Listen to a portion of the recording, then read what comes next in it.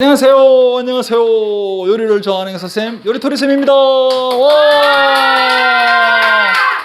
구독과 좋아요 눌러주세요. 댓글도 감사해요. 댓글당 좋아요 누른 사람들 복 받을 거야. 자, 우리 이렇게 저번 시간에 이제 박정희 대통령의 어떤 그런 죽음에 대해서, 그지? 박정희 대통령이 이제 어떻게 유신헌법이란 걸 해가지고, 그지? 아주 초강력한 대통령, 천하무적 대통령의 권한을 만들어내가지고,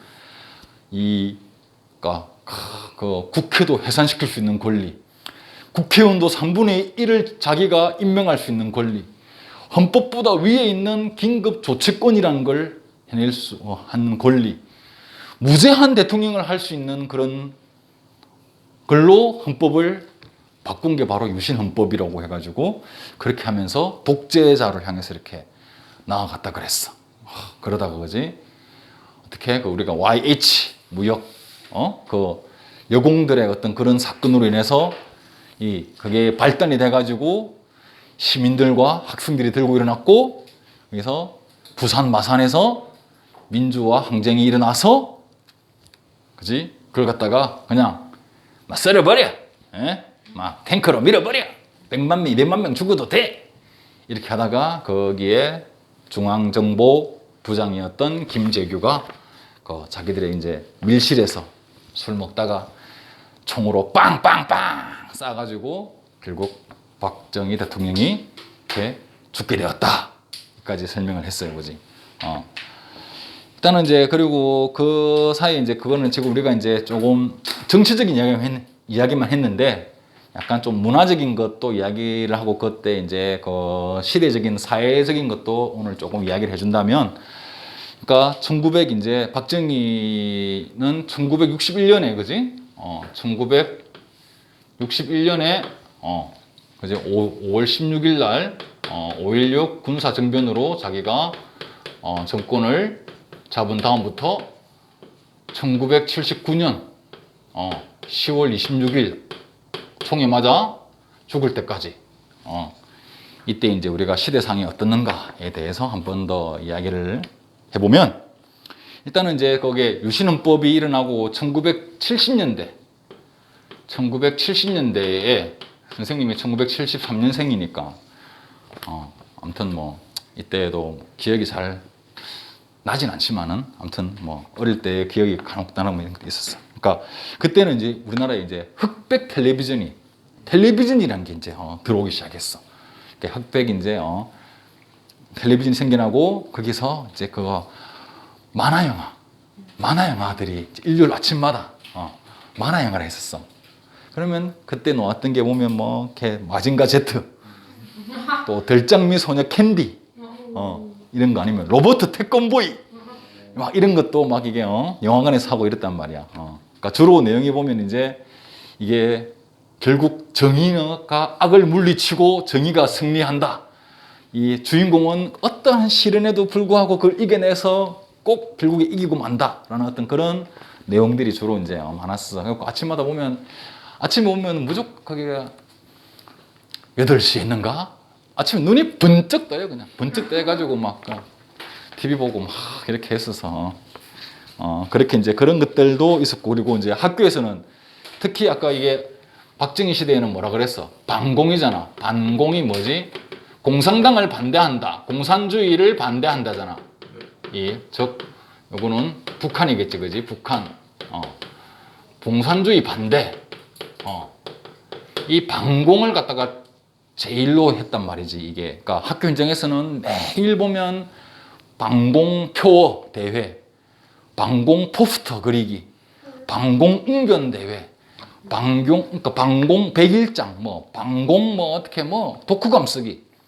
다 이제, 그러니까 이때는 공산주의를 갖다가 아주 무시무시한 괴물같이 이렇게 이렇게 이제 늑대나 있잖아, 그지? 막 이런 걸로 이게 그걸 이미지를 학생들한테 그려줬단 말이야. 아주 무시무시한 괴물들이다. 저 괴물들을 잡아 죽여야 된다. 반공.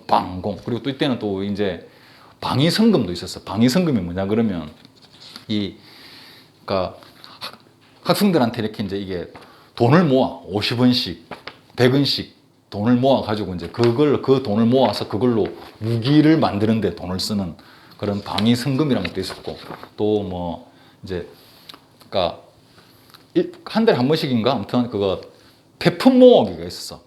지금 말해서 이제 그게 재활용품, 빈병, 신문지, 헌책, 헌옷 이런 거 있잖아, 그지? 이런 거 갖다가 모아서 그걸 이제 학교 내에서 모으는 거야. 그래서 보면 이제 많이 이제 가져온 애들은 앞에 나와서 박수 받고 이러고 그래가지고 그게 되면 막 주위에서 길거리 나와가지고 어디 빈병 줍는다고 막 해, 막 이렇게 하고도 했단 말이야. 그런 것도 있었고, 그런 뭐 이제 배품 수집 이런 것도 있었고, 또 이때는 뭐냐면 이때는 이제 국가제일주의야. 국가제일주의. 국가에 무조건 충성해야 된다 해가지고 딱 오후 6시가 되면 전국적으로 이제 애국가가 울려 나와. 동해. 그러면 사람들은 이렇게 길 가다가도 다 서고 차도 서고 다 올 스톱 되는 거야. 그래가지고 노래가 나오는 방향을 보고서 이렇게 국기에 대한 딱 이렇게 경례를 하고 있어야 돼. 그리고 이제 왜냐면 이때 이제 오후 이제 6시 되면 이때는 모든 어떤 이제 저 관공서나 학교에 보면 태극기가 다 이렇게 달려 있었는데 오후 6시 되면 태극기를 이렇게 내리는 그러니까 아침 6시에 태극기를 올리고 오후 6시에 태극기를 내린단 말이야. 그때 이제 오후 6시에 태극기를 내리는 걸 우리가 하강식 내려온다 해서 하강식이라는데 그 하강식이 열리면 전국에 국가가 울려 펴져. 그때는 다 같이 서가지고 서로 싸움 하다가도 이 사람이 하다가도 동해물 가면 이렇게 해야 되고 막 모든 사람들이 일시 정지돼야 되는 거야. 이렇게 하고 이제 그걸 또 감시하는 경찰도 있어. 이게 딱 숨어 있다가 말이야. 만약에 애국가 울려 펴지는데 움직인다. 걸어가고 자기 볼일 본다. 그러면 호루라기 삐빅 불어가지고 일로 와! 어디 애국가 울리는데 죄송합니다 하고 다 이렇게 하고 이런 식으로도 이렇게 있었어. 막 그런 것도 있었고. 그리고 또 이제 이때는 뭐냐면 이제 워낙 사람들이 이제 이렇게 애들을 갖다가 이때 아직도 좀 가난했단 말이야. 그러니까 이게 이제 아이들이 그때도 많아가지고 한 집에 한 5명씩, 6명씩 이렇게 했단 말이야. 그러니까 이게 보면 이때 너무 유명한 이제 표가 있지. 덮어놓고 나타 보면 거지꼴 못 면한다. 불 만나 잘 기르자. 막 이런 어떤 해가지고 한 집당 2명씩만 낳기 운동. 막 이런 것도 막 벌어졌어. 왜냐면 2명씩만 낳아야 돼. 이렇게 그게 이제 이게 국가적인 정책이야. 사람을 너무 많이 낳으니까. 왜냐면 그때만 하더라도 학교에 가면 학교 한 반에 70명씩, 80명씩 이렇게 있는 거야. 바글바글 해요. 1반부터 10반까지. 그러니까 그때는 이제 우리가 국민학교라고 불렀는데 1학년부터 6학년까지 있잖아. 그러면 1반부터 10반까지가 대부분 다. 그러면 한 학년당 700명씩이야. 700명에서 800명이야. 7, 8, 5천, 5,600명. 5,600명에서 6,000명이 한 학교에 있어. 그것도 모자라서 오전반, 오후반이라는 게 있었어. 오전에 나오는 학생들, 오후에 나오는 학생들. 너무 인원수가 많다 보니까. 그러니까 너무 이렇게 이제 이게 너무 사람 많으면 일할 시간들이 부족하다 해가지고 애들을 덜 낳자. 이렇게 하다가는 거지꼴 난다. 그래서 그것도 피임하는 방법. 또 그리고 그때는 이제 또 우리가 보면 이제 정관 수술이라 해가지고 이게 이제 그런 이제 이게 아무튼 정자가 이렇게 이제 못 나오게끔 이렇게 수술하는 게 있단 말이야. 그거는 이제 공짜 수술. 공짜 수술을 해주는 거야. 공짜 수술. 막 이렇게 수술해서 묶어버리고 막 이렇게 그리고 또 막 혜택도 주고 그렇게 아무튼 뭐 그랬던 시절도 있었어. 근데 지금은 오히려 더 참 이게 저출산 돼가지고 말이야. 인구가 너무 이제 없어져. 인구가 너무 없어졌단 말이야. 그러니까 딱 선생님 때가 아마 그때 이때 시대 때 태어난 사람들이란 말이야. 그러니까 이때부터 이제 한 집에 한 3명에서 한 4명, 그러니까 4명, 3명, 2명으로 이렇게 이제 줄어들기 시작했어. 실제로 뭐냐면 우리 이렇게 아버지 때는 8남매 막 그렇게 뭐 8남매, 그러니까 뭐 8명, 뭐 7명, 8명은 그냥 예사야. 그렇게 하고 이제 선생님 때부터 인구가 조금씩 이렇게 이제 줄어들기 시작했었지.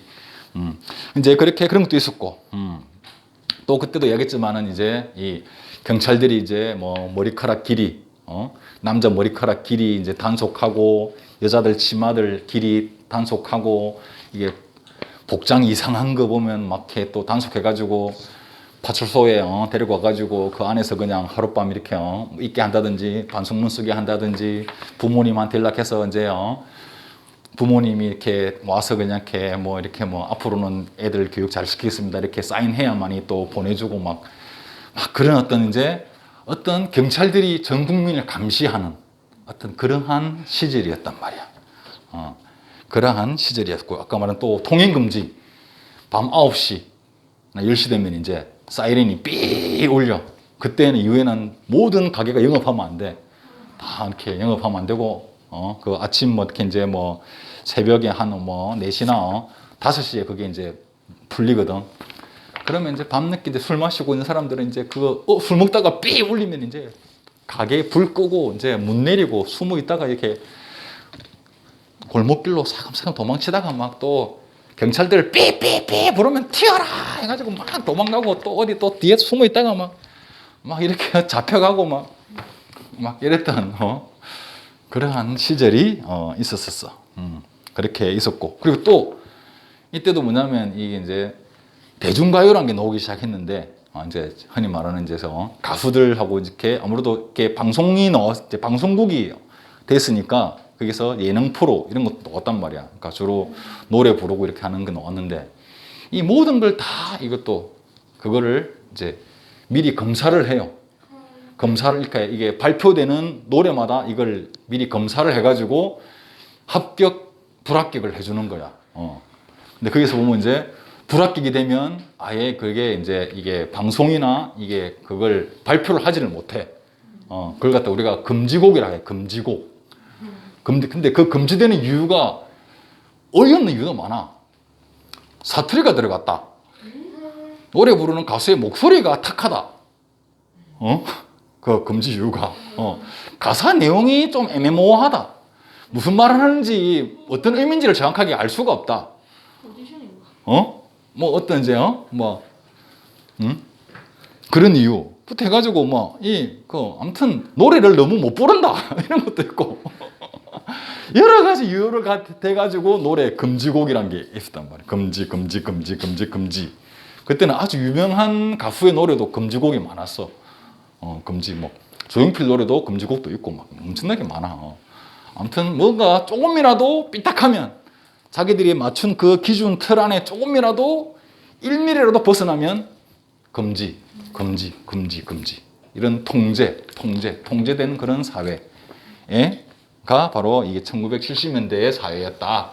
근데 또 반대로 이제 좋은 거는 뭐냐면, 이제 이때 우리가 그때 이게 박정희 대통령이 외국에서 돈을 많이 빌려왔다 했잖아. 그치? 빌려와가지고 돈을 가져와가지고, 그러니까 고속도로가 만들어지고, 이제 또 시골에 이제 예전에는 시골에 보면 막 초가집 하고 막 시골이 엄청 살기 힘들었거든. 그걸 새마을 운동 들어봤지, 그지? 새마을 운동을 통해 가지고 이제 새로운 집, 그러니까 초가집을 다 허물고 벽돌로 이제 담을 쌓고 이제 양옥으로 된 집, 그런 이게 딱 이렇게 지붕이 걸러싼 지붕이 있고 페인트도 새로 칠하고 또 시골에 길도 만들고 하는 그런 어떤 그러니까 농촌 잘 살기 운동이 바로 새마을 운동이거든. 그렇게 해서 이제 새마을 운동을 해서 이제 시골이 아주 이렇게 조금 살기도 좋아졌고, 아까 말한 철도, 도로, 고속도로, 항만, 막 이런 것들이 막 만들어지면서 이제 또 이 우리나라의 그런 경제가 또 확 올라가가지고 이제 또 사람들도 열심히 일하고 이러다 보니까 경제가 점점 쭉쭉쭉쭉쭉쭉쭉 이렇게 성장을 이렇게 해가던 그런 어떤 시기였었어. 그래서 외국에서도 보고 정말 굉장히 한국이 발전 속도가 정말 한국전쟁 이후에 완전히 초토화가 된 이런 나라에서 불과 한 20몇 년밖에 안 지났는데 막 빌딩들이 세워지고 막 이러니까 와 정말 외국에서도 대단하다 이렇게 할 정도로 그런 것들도 어떤 경제도 굉장히 발전이 되었다. 이제 그래서 항상 하는 게 말하는 게 그러니까 이 극과 평가가 극과 극이라는 거지. 너무 국민들을 통제했던 독재했던 자기한테 반대하는 사람을 모조리 잡아 넣었던 그런 박정희, 우리나라의 경제를 살린 오늘날의 한국을 만든 박정희.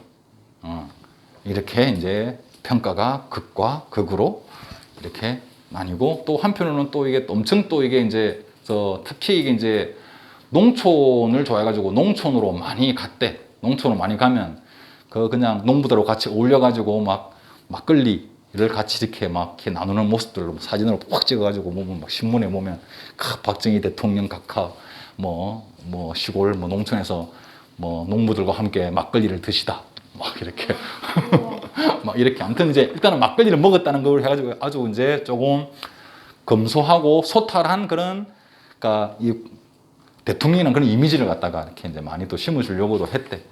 아무튼 그러했던 이제는 이 1970년대 시기였어. 그러다가 이제 1979년에 26일 날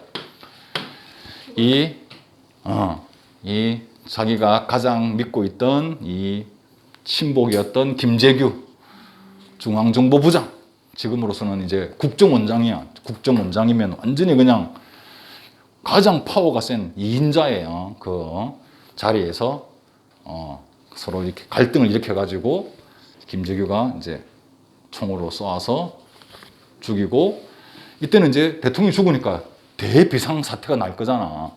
대통령 암살이란 거는 이 국가적으로 처음 있는 일이란 말이야. 난리가 난 거야 이제. 뭐 다들 허둥지둥 된 거야.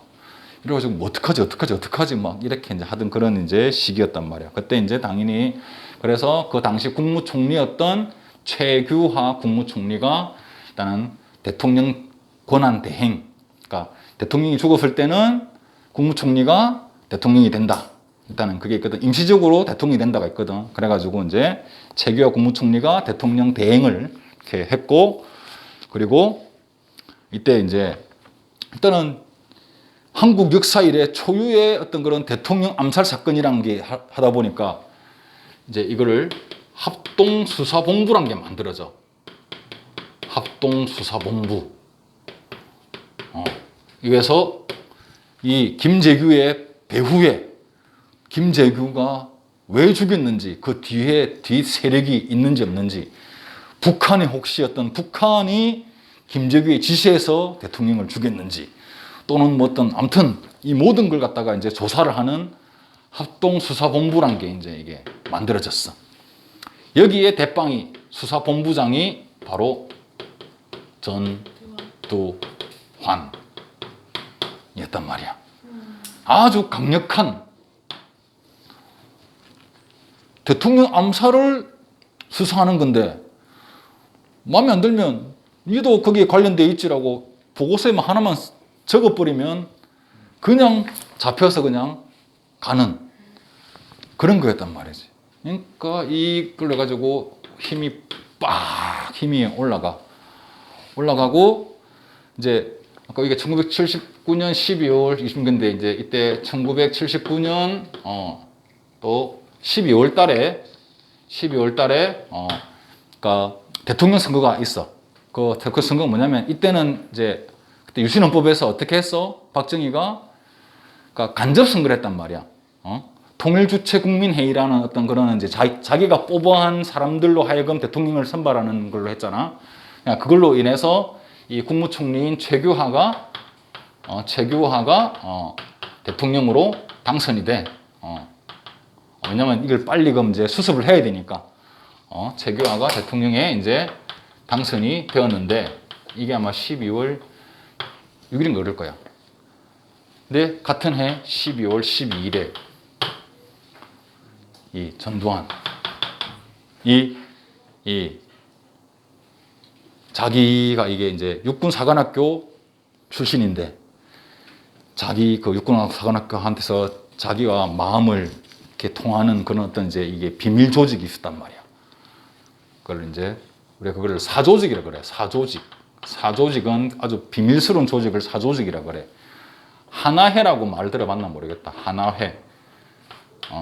이때는 이제 딱 왜냐면 육사 때부터 이제 육군 이제 사관학교 때부터 딱 이렇게 이제 선배들이 있다가 좀 똘똘한 1학년이 이제 딱 들어온. 그러니까 일정이 알아서 뭐냐면 그거 니네 학교들 있잖아, 그지? 이제 일진들 딱 그거하고 똑같아. 학교 딱 일진들 있으면 싸움 잘하는 어떤 하고 조금 약간 애가 한 명 이제 1학년에 딱 오잖아. 그러면 몰래 부르잖아. 불러가지고 야 우리 일진에 들어와.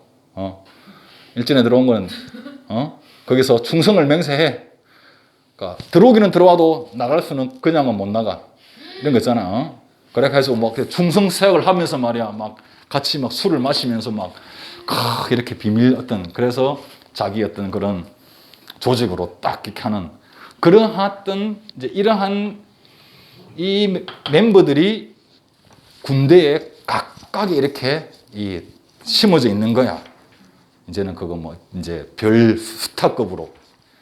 그래서 자기가 이제 그 사람들을 거기서 이 전두환이가 최고 대빵이었단 말이야. 그래서 이제 탁 이렇게 자기가 그거는 하나의 이 후배들한테 전화해서 야 무조건 내 명령을 따른다 알겠나? 예 선배님. 선배님이 가시는 곳이라면 주옥까지라도 갈 수 있습니다. 야, 저 밑에다 이게 병력 준비시켜. 실탄 넣고 다 준비시켜. 해주고 차차차차 해가지고 12월 12일에 이 전두환이가 바로 12.12 사태라고 해서 쿠데타를 벌이는 거야. 즉 또 정권을 엎어버려. 정권을 또 싹 잡아버리는 거야. 그리고 또 탱크로 군인들로 세가지고 시내에 또 박정희 했던 것처럼 똑같이 또 곳곳을 점령을 해가지고 이 전두환이가 이제 정권을 잡는다. 전두환이 정권을 잡게 돼. 그러면서 이제 이게 최규하는 자기는 아무런 힘이 없는 대통령이니까 어떻게 되겠어? 그냥 사임을 하는 거야. 그냥 사임을 해버려. 그렇게 해서 사임을 하고, 그러다가 이제 몇 개월 안 지나서 1980년, 그래갖고 이제 이게 전두환이 자기가 이렇게 쿠데타를 하고 정권을 잡은 다음에 전국에 비상계엄령을 또 내려. 아까 뭐 알지? 이제 비상계엄령이라는 것은 모든 국민들을 통제, 그러니까 경찰이 그걸 그러니까 뭐 치안이나 이런 걸 하는 게 아니라 군인들이 다 모든 걸 다 통제하는 걸 비상계엄령이라고 그래.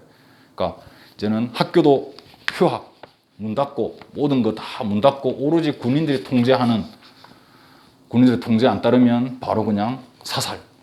그러니까 원래 비상계엄이라는 거는 정말 전국적으로 이렇게 이게 가장 큰 위기 시에 흔히 말해서 이제 막 폭동이 우리 보면 폭동이 일어나고 말이야 막 진짜로 이게 경찰이 어떻게 해도 통제가 안 되는 시민들이 경찰을 쏴 죽이고 불 지르고 방화하고 막 약탈하고 막 어디 가서 이제 뭐 이제 가게 가서 창문 깨고 빼앗고 막 진짜로 무법천지 일대에 벌어지는 게 그때 걸리는 게 비상계엄령이란 말이야.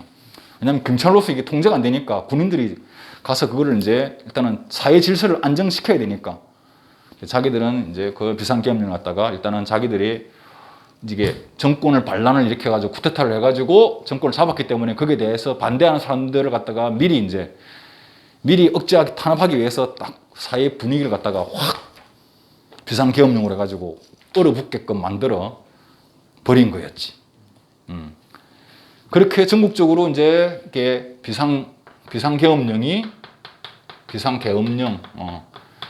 계엄령이 일어났는데 1980년 5월 18일 광주. 이때도 이제 광주에서 이제 전남, 광주 이렇게 하다 보니까 전국적으로 뭐냐면 이렇게 이제 그 계엄령 철폐하라. 왜냐하면 사람들은 그러니까 이 박정희가 죽고 난 다음에 박정희 대통령을 좋아하는 사람들은 엄청나게 슬프게 애도했을 거고 너무 우리의 대통령, 나라의 아버지인 대통령이 돌아가셨다 해가지고 엄청나게 슬픈 사람들이 있을 뿐더러 또는 박정희 그 독재에 대해서 피해를 입었던 사람들은 이제야 우리나라의 민주화가 다시금 오는 모양이다. 다시금 우리나라의 민주화가 하고 새로운 세상이 열리는 모양이다라고 기대하던 사람들도 있었는데 또다시 전두환이가 이렇게 쿠데타를 해가지고 정권을 잡아버리고 탄압을 하니까 또 민주화 운동이 이게 반대하는 민주화 운동 그리고 이 전두환의 군부를 갖다가 우리가 신군부라 그래. 이걸 갖다가 이제 이걸 우리가 신군부라 부르는데 이제 왜 예전에 박정희도 군인 출신으로 쿠데타 했잖아. 이때 이걸 그냥 우리가 그냥 군부 여기하고 차별되기 위해서 새로운 군부라 해서 신군부라고 불러. 그러니까 신군부가 12일 12 사태로 이렇게 이제 정권을 잡았고 그렇게 이제 그러니까 전국적으로 간간히 이렇게 막 이렇게 이제 신군부 물러가라 민주화 운동 민주주의를 다시금 되찾자 이렇게 이제 하는데 광주에서 전남대학교 학생들이 먼저 이렇게 또 민주화 이렇게 운동을 갖다가 이 신군부에 반대하는 그걸 했어. 계엄령 해제하라고. 신민 탄압하지 말라고. 이걸 갖다가 이 전두환이가 이제 공수부대를 파견해가지고 공수부대라는 게 특수부대. 일반적인 군인들이 아니야. 이 공수부대는 아주 강력한 훈련을 받고 전쟁 났을 시에 적의 비행기 타고 낙하산으로 뛰어 내려가지고 적의 후방을 급습해서 적의 후방에 아주 기습적으로 빠바방 적의 아주 그런 이제 그 고위급이나 그 사람들을 폭파하거나 죽이거나 암살하는 그런 훈련은 목적에서 훈련을 받은 그런 부대들이란 말이야. 아주 강력한 부대란 말이야. 해병대보다 더 센 부대란 말이야. 특수부대. 이 공수부대를 투입시켜가지고 광주를 갖다가 또 진압을 시켜버려. 그러니까 일반적인 군인보다 더 센 군인들이니까 그냥 또 밟고 몽둥이 하고 짓밟고 머리 깨고 총 쏘고 남자들 옷 다 벗겨가지고 팬티 바람에 머리 끄댕이 잡고 질질질 끌고 막 오고 막 그런 어떤 그런 만행들을 갖다가 이게 저질렀단 말이에요.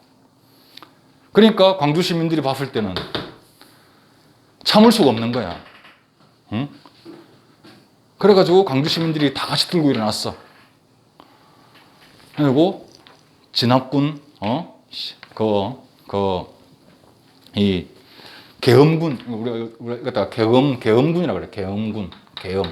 계엄군이라고 불러. 공수부대를 계엄시에 일어났던 군이니까 계엄군 물러가라라고 이렇게 했는데 이제 워낙 이제 공수부대들이 이렇게 세게 진압하니까 이제 여기서 광주 시민들이 전체가 다 일어 나가지고 이제 막 이 버스 회사에 뭐 택시 회사 무슨 회사들이 막 이제 버스로 해가지고 이제 거기 장갑차들 갖다가 그대로 막 때려박고 말이야. 그냥 이렇게 버스로 이렇게 막 이렇게 그거 이제 못 들어오게끔 막고 바리케이트를 치고 막 이래가지고 그리고 또 광주에서 이제 시민군이 만들어진단 말이야. 시민군, 광주 시민. 왜냐하면 시민의 그러니까 스스로의 어떤 생명과 목숨을 지키기 위해서 그래서 경찰서에 가서 무기고를 열어가지고 그 무기를 갖다가 가지고 와서 이제 이 계엄군과 이게 싸우게 된단 말이야. 시민군과 계엄군이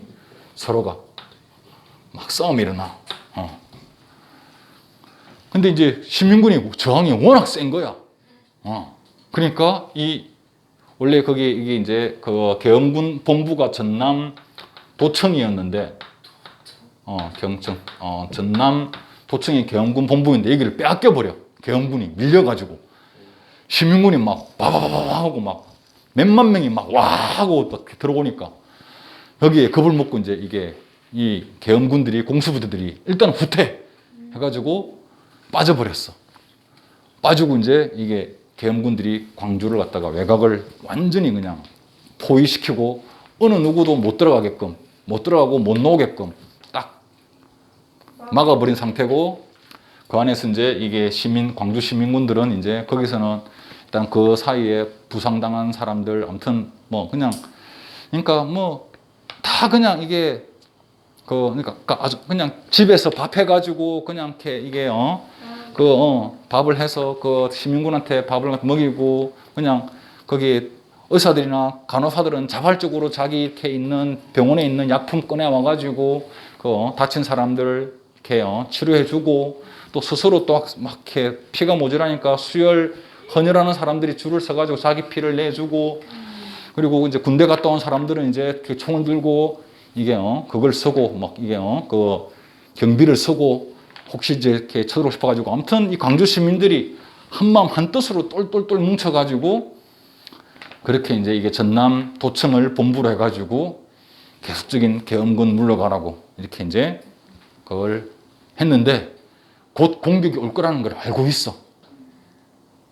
왜냐하면 전두환이는 여기서 밀리면 이게 전국적으로 퍼져나가면 자기가 내려와야 되니까 여기를 갖다가 완전히 묵사발을 만들어 놔야 된다.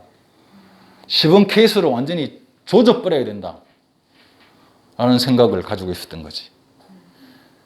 그래가지고 모든 공수부대를 더 부르고 완전히 그걸 갖다가 이제 총공격을 준비를 해. 그 소식을 이제 들은 이제 광주의 시민들은 일단은 이렇게 각 종교 지도자나 뭐 이제 학교 지도자들 아무튼 좀 어르신들 위주로 해가지고 이제 협상단을 만들어. 우리가 무기를 다 버리고 투항할 테니까 우리를 공격하지 마라. 단 조건이 있다. 구속된 잡혀갔던 학생들, 시민들 풀어주라.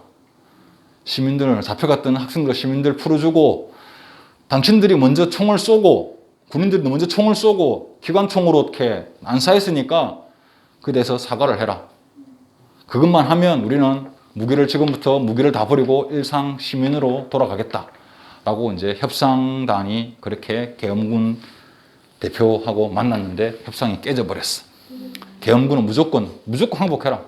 너가 지금 항복하지 않으면 너는 다 죽는다. 그렇게 이제 협상을 갖다가 이게 깨져버린 상태였었어. 그러니까 이게 오늘 밤에 올지, 내일 올지, 하루하루가 지금 언제 쳐들어올지를 모르는 상황에서 이제 그 전남 도청 안에 있던 광주 시민들은 이제 서로 이제 집에 가라고 보내. 집에 가. 그 학생 집에 가. 아니에요, 어르신 집에 가셔야죠. 식구들 있지 않습니까? 학생, 어머니 아버지를 생각해. 여기 있다가는 다 죽어. 그렇게 해서 이제 어쩔 수 없이 돌아가는 사람들은 돌아갔지만은 끝까지 남아서 지키겠다는 사람들도 수백 명이 있었단 말이지. 그러다가 이제 새벽에 이제 드디어 공수부대가 기습적으로 수천 명의 공수부대들이 이제 전남도청으로 이제 진입을 한 거예요. 그래서 무기 차원에서 이게 대항이 안 되잖아. 그래서 수백 명의 사람이 이제 시민들이 죽고 결국에는 전남도청이 이제 계엄군에 의해서 다시금 점령이 이제 돼버리고 그래서 광주 5.18 민주항쟁은 그걸로 끝이 나. 이게 10일 동안에 벌어졌던 일인데 근데 이러한 사건들이 이제 언론에 어떻게 나왔느냐. 절대적으로 이게 그걸 외부로 통제를 했기 때문에 북한군이 광주에 들어와서 광주 시민들을 선동을 해서 이 광주 시민들을 폭도로 만들어서 그 공산주의자들이 이러한 우리 선량한 군인들에 대해서 먼저 총격을 가하고 무기를 약탈하고 먼저 발포를 해가지고 이 군인들이 직접 가서 이제 폭도자, 그러니까 그 공산주의자들을, 간첩들을 다 물리쳤다. 이렇게 방송에 싹 다 보낸 거야. 그때 나온 게 우리가 영화 이제 택시 운전수, 그 이제 외국 기자가 그 참상을 보고 사진을 찍고 해가지고 그렇게 밖에 나가서 해외 언론, 국내 언론에서는 알려질 수가 없으니까 해외 언론에다가 알려가지고 5.18에 대한 이 실상을 갖다가 알게끔 되었던 거지. 그래서 아무튼 이 5월 18일 때 죽은 광주 시민들이 엄청나게 많고, 그래서 그때 이제 살아남았던 사람들은 항상 몇십 년 동안 죄책감으로 이 입에 이걸 갖다가 그 이후에 정부에서도 계속적으로 이거는 금기 사항이었기 때문에 입 밖으로 내지도 못했고 언론에 제대로 알려주지도 않았고 항상 그 이제 이게 살아남은 사람들은 그런 미안한 마음, 죄책감으로 몇십 년을 살아와야 됐다. 그렇게 되었고 이제 그게 이제 시대가 바뀌고 이제 김대중 대통령 이렇게 좀 더 우리가 더 해서 이제 더 민주화가 되고 나서 이제 그 광주에 대해서 이런 일이 있었다라는 게 알려주고 진상을 조사해야 된다 이렇게 알려주고 이렇게 점점점 이걸 갖다가 이제 그 진실에 대해서 우리가 알게끔 되었지. 이렇게 이제 그 이 5.18 광주 민주화 운동은 그 의인은 반군부 독재에 저항했던 우리 민주화 운동이고 이 1980년대 민주화 운동에 가장 큰 어떤 영향을 준 민주화 운동이고 이 광주 민주화 운동은 아시아권에 또 독재자들이 많았는데 그 시민들한테도 많은 영향을 줬어. 지금 보면 우리가 홍콩, 대만, 버마 도 보면 우리 한국은 광주 민주화 운동을 해서 시민들이 독재자에 저항해서 민주화를 일으킨 나라다. 우리도 대한민국을 본받자. 이래가지고 대한민국 우리를 응원해 주세요. 그래서 막 지금 버마 민주화 운동, 또 그 앞에는 또 홍콩 민주화 운동, 또 대만도 대만 민주화 운동 이렇게 뭐 그 외에도 아시아, 뭐 필리핀 여러 국가의 그런 독재자들이 있던 나라에는 우리 5.18 광주 민주화 운동이 영향이 많이 이렇게 받고 영향을 많이 주었다. 그리고 이제 이게 광주 민주화 운동은 우리 거기에 관한 기록물이 유네스코 기록유산으로 등재가 되었다. 그럴 때는 그래 막 헬기에서 막 기관총을 따르르 시민들 모이는 보고 그냥 따르르 쏘고 했는데 지금도 뉴스 나오잖아. 자기들은 안 했다. 전두환은 안 했다. 나는 한 적이 없다. 기억이 안 난다. 막 이렇게 진짜로 정말 이게 광주 사람들은 딴 게 바라는 게 아니라 그냥 진정한 사과. 우리가 일본한테 바라는 것도 그냥 진정한 사과. 왜? 가해자가 피해자한테 왜 진정한 사과를 하지 않는 건지. 우리가 뭐 학교 폭력이 있다 하더라도 말이야. 어디 괴롭히는 게 있다 하더라도 진짜로 가해자가 정말로 참여하고 피해자한테 왜냐면 피해자만 맨날 트라우마에 한평생 내가 어떻게 학교를 옮겨 다니면서 가해자는 번듯이 그냥 잘 살고 말이야. 자기 뭐 엄마 뺏기든 뭐 뺏긴 잘 살고 피해를 당한 나는 한평생 내가 거기에 대한 정신적인 상처와 트라우마를 안고 말이야. 이렇게 살아가야 되는지. 피해자가 무슨 죄가 있다고? 아무런 죄가 없는데 가해자가 죄인인데 이게 참 학교에서부터 그런 이 일본부터 이런 모든 것들이 정말로 이게 안타까운 일이 아닐 수가 없다. 진정한 사과 그냥 진심 어린 사과 다시금 이러진 않겠다고 하는 그런 것들이 꼭 필요한데 아직도 그렇게 안 하는 사람들이 있다. 하는 게 안타깝다. 여기까지 하겠습니다. 끝.